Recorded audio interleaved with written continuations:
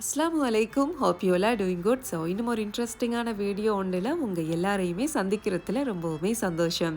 எக்ஸாக்டாக கடையில் வாங்குற மாதிரியான சொசேஜஸ் எப்படி வீட்டில் ஈஸியாக செய்யலாம் அப்படிங்கிறத இந்த வீடியோவில் பார்க்க போகிறீங்க. இதுக்கப்புறமா நீங்கள் அதிகமாக விலை கொடுத்து கடையில் வாங்க வேண்டிய அவசியமும் இல்லை. அதே மாதிரி சின்னவங்க விரும்பி சாப்பிட்றதுனால ரொம்ப ஆரோக்கியமாக நீங்கள் வீட்டில் செஞ்சு கொடுத்தீங்க அப்படின்னா அவங்க இன்னுமே ரொம்ப சந்தோஷமாகவும் சாப்பிடுவாங்க. ஸோ வாங்க இந்த சொசேஜஸ் எப்படி செய்யலாம் அப்படிங்கிறத பார்த்துடலாம். இந்த சொசேஜஸ் செய்கிறதுக்காக வேண்டி 300 கிராம் அளவில் சிக்கன் பீசஸ் எடுத்துருக்கிறேன். முக்கியமாக போன்ஸ் எதுவுமே இல்லாமல் சின்ன சின்ன பீசஸாக கட் பண்ணி எடுத்துக்கொள்ளுங்க. அதே மாதிரி 2 மீடியம் சைஸில் உருளைக்கிழங்க உப்பு போட்டு நல்லா வேக வச்சு எடுத்துக்கொள்ளுங்க. இன்கேஸ் உங்களுக்கு உருளைக்கிழங்கோட மிக்ஸ் பண்ண விருப்பம் இல்லை அப்படின்னா நீங்கள் இதுக்கு பதிலாக சிக்கன் சோயா மீட்டை நல்லா சுடு தண்ணியில் ஊற வச்சு சரியாக 1 கப் அளவில் சோயா மீட்டும் எடுத்துக்கொள்ளுங்க. அது கூடவே 1/2 கப் அளவுக்கு கோர்ன் ஸ்டார்ச் எடுத்துருக்கிறேன். இன்கேஸ் உங்கள்கிட்ட கோர்ன் ஸ்டார்ச் இல்லை, நீங்கள் கோர்ன்ஃப்ளவர் யூஸ் பண்ணணும் அப்படின்னா 3/4 கப் அப்படி இல்லாட்டி 1 கப் அளவுக்கு கோர்ன்ஃப்ளவர் யூஸ் பண்ணுங்கள். ஏன்னா கோர்ன் ஸ்டார்ச்சில் இருக்கிற அந்த திக்னஸ் கோர்ன்ஃப்ளவரில் கொஞ்சம் குறைவாக இருக்கும். ஸோ நீங்கள் கோர்ன்ஃப்ளவர் எடுக்கிறதா இருந்தால் இந்த அளவை விட கொஞ்சம் அதிகமாக எடுத்துக்கணும். அது கூடவே 2 டேபிள் ஸ்பூன் அளவுக்கு ஆயிலும் எடுத்துக்கொள்ளுங்க. அதுக்கப்புறமா இது எல்லாத்தையுமே சேர்த்து இது மாதிரி ஒரு மீட் கிரைண்டரில் தான் நான் இன்றைக்கி கிரைண்ட் பண்ண போகிறேன். இன்கேஸ் இந்த கிரைண்டர் இல்லை அப்படின்னா நீங்கள் தாராளமாக வீட்டில் இருக்கிற இந்த மாதிரி பிளெண்டர் ஜாரில் கூட இது எல்லாத்தையுமே உங்களுக்கு பிளெண்ட் பண்ணி கூட எடுத்துக்கலாம். ஸோ முதலாவதாக நம்ம எடுத்திருக்கிற சிக்கன் பீசஸ் எல்லாத்தையுமே சேர்த்துக்கலாம். அது கூடவே உருளைக்கிழங்கையும் சேர்த்துக்கொள்ளுங்க. உருளைக்கிழங்கு அப்படி இல்லாட்டி சோயா மீட், அதாவது சுடு தண்ணியில் ஊற வச்ச சோயா மீட், இது ரெண்டையுமே சேர்த்து நல்லாவே அரைச்சி எடுத்துக்கொள்ளலாம்.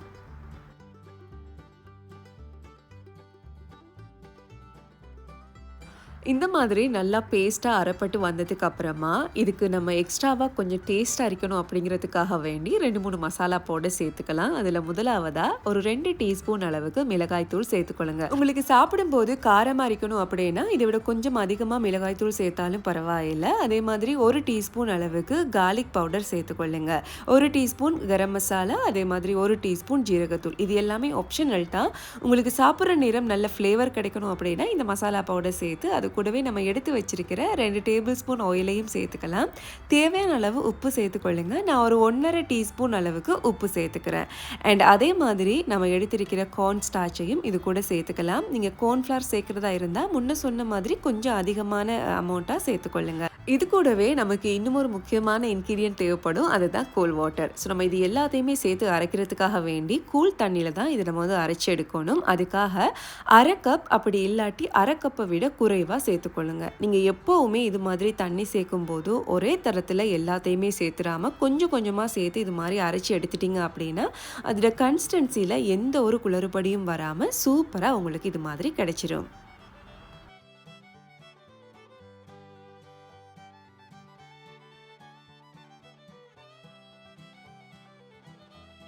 இது மாதிரி நல்லா அரைச்சி எடுத்ததுக்கு அப்புறமா நமக்கு விருப்பமாக இருந்தால் ரெட் கலர் டை கொஞ்சம் போல் சேர்த்துக்கலாம். இன்கேஸ் உங்களுக்கு டை சேர்க்க விருப்பம் இல்லை அப்படின்னா பீட்ரூட் ஜூஸ் 1 டேபிள் ஸ்பூன் அப்படி இல்லாட்டி 2 டேபிள் ஸ்பூன் அளவுக்கு சேர்த்து நல்லாவே இது மாதிரி எகைன் அரைச்சி எடுத்துக்கொள்ளுங்க. இது மாதிரி கலர் சேர்க்கறதுனால பார்த்தீங்கன்னா நம்ம செய்ய போகிற சொசேஜஸ் எக்ஸாக்டாக கடையில் வாங்குற மாதிரியான அதே கலரில் நமக்கு கிடைக்கும். அண்ட் அது கூடவே நம்ம அரைச்சிருக்கிறது இந்த வீடியோவில் பார்க்குற மாதிரி நல்ல பேஸ்ட்டாக, அதே மாதிரி தண்ணி தன்மையும் இல்லாமல் ரொம்ப கட்டியாகவும் இல்லாமல் இதே பதத்தில் அரைச்சி எடுத்துக்கொள்ளுங்க.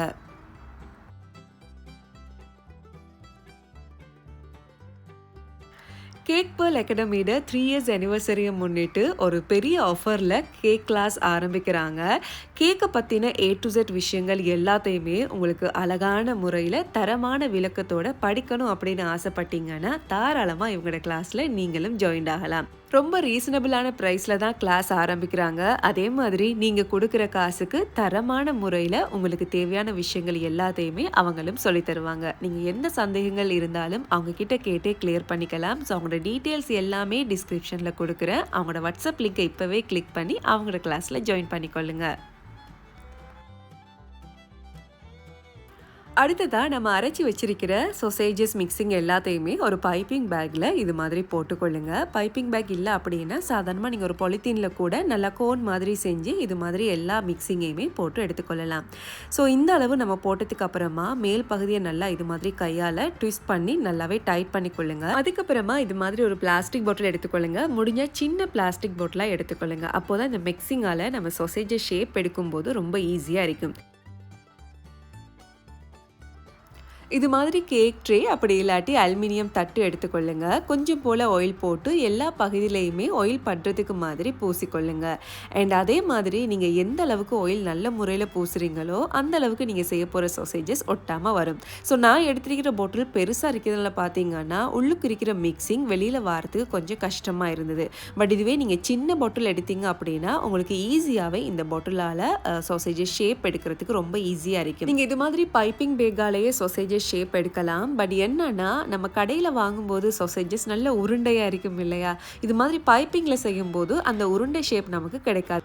இதுவே நீங்கள் பாட்டிலில் செஞ்சீங்க அப்படின்னா எக்ஸாக்டாக அதே உருண்டை ஷேப்பில் உங்களுக்கு சொசேஜை செய்யக்கூடியதாக இருக்கும். ஷேப்பில் தான் சின்ன வித்தியாசமாக இருந்தாலும் டேஸ்ட் வைஸ் பார்த்தீங்கன்னா நீங்கள் கடையில் வாங்குறத விட உங்களுக்கு நல்ல உப்பு காரம் டேஸ்ட்டோட அட்டகாசமாக இருக்கும்.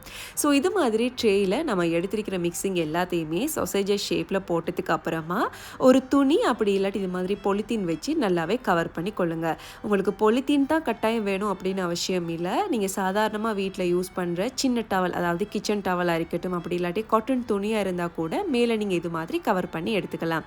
ஸோ நான் இன்றைக்கி பார்த்தீங்கன்னா 2 ட்ரேக்கு இது மாதிரி சொசேஜை செஞ்சு எடுத்துருந்தேன். 2 ட்ரேயுமே இது மாதிரி கிளிங் வச்சு நல்லாவே கவர் பண்ணி எடுத்துக்கிறேன்.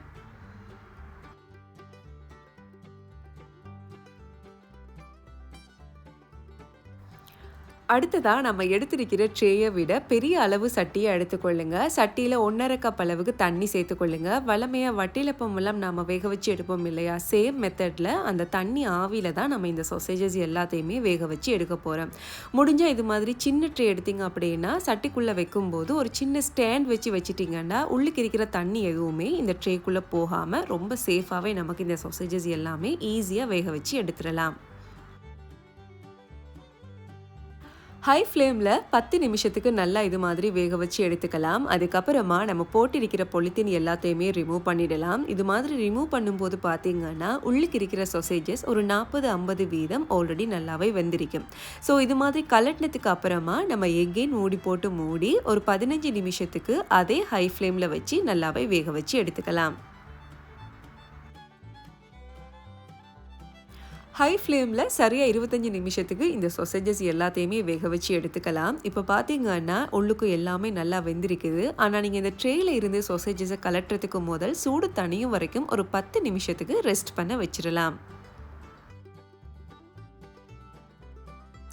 நல்லாவே இது மாதிரி சூடு தணிஞ்சதுக்கு அப்புறமா ட்ரேயில் இருந்து கலட்டும் போது எதுவுமே கீழே ஒட்டுப்படாமல் ரொம்ப அழகாகவே உங்களுக்கு கலண்டு வரும். பார்க்குறதுக்கு எவ்வளவுக்கு சூப்பராக இருக்குதோ அது மாதிரி சாப்பிட்ற நேரம் கடையில் வாங்குறத விட உங்களுக்கு ரொம்ப டேஸ்டியாகவே இருக்கும்.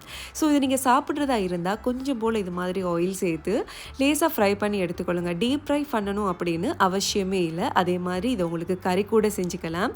அண்ட் இதை வந்து நீங்கள் பானோட சாப்பிடலாம், பர்கரோட சாப்பிடலாம், பன்னோட சாப்பிடலாம். பொதுவாக நம்ம சொசேஜஸ் எப்படியெல்லாம் சாப்பிடுவோமோ அதே மெத்தடில் நீங்கள் இதையும் கூட செஞ்சு சாப்பிடலாம். நம்ம எக்ஸ்ட்ராவாக இதுக்கு மசாலா பவுடர்ஸ் எல்லாம் போட்டிருக்கிறதுனால பார்த்தீங்கன்னா சாப்பிட்ற நேரம் இன்னுமே ஃப்ளேவரபுளாக ரொம்ப டேஸ்ட்டாகவுமே இருக்கும். கண்டிப்பாக இந்த ரெசிபியை ட்ரை பண்ணி பார்த்துட்டு உங்களோட கருத்துக்களை மறக்காமல் கமெண்டில் என்னோடையும் ஷேர் பண்ணி கொள்ளுங்கள்.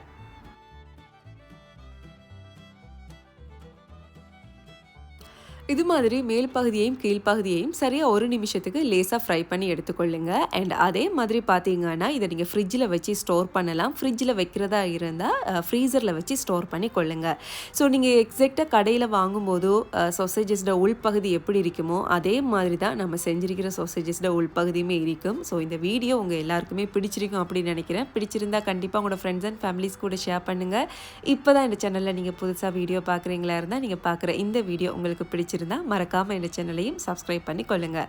ஸோ இதே போல் இன்னும் ஒரு அழகான சூப்பரான இன்ட்ரெஸ்டிங்கான வீடியோ ஒன்றில் உங்கள் எல்லாரையுமே சந்திக்கும் வரை டேக் கேர், பை.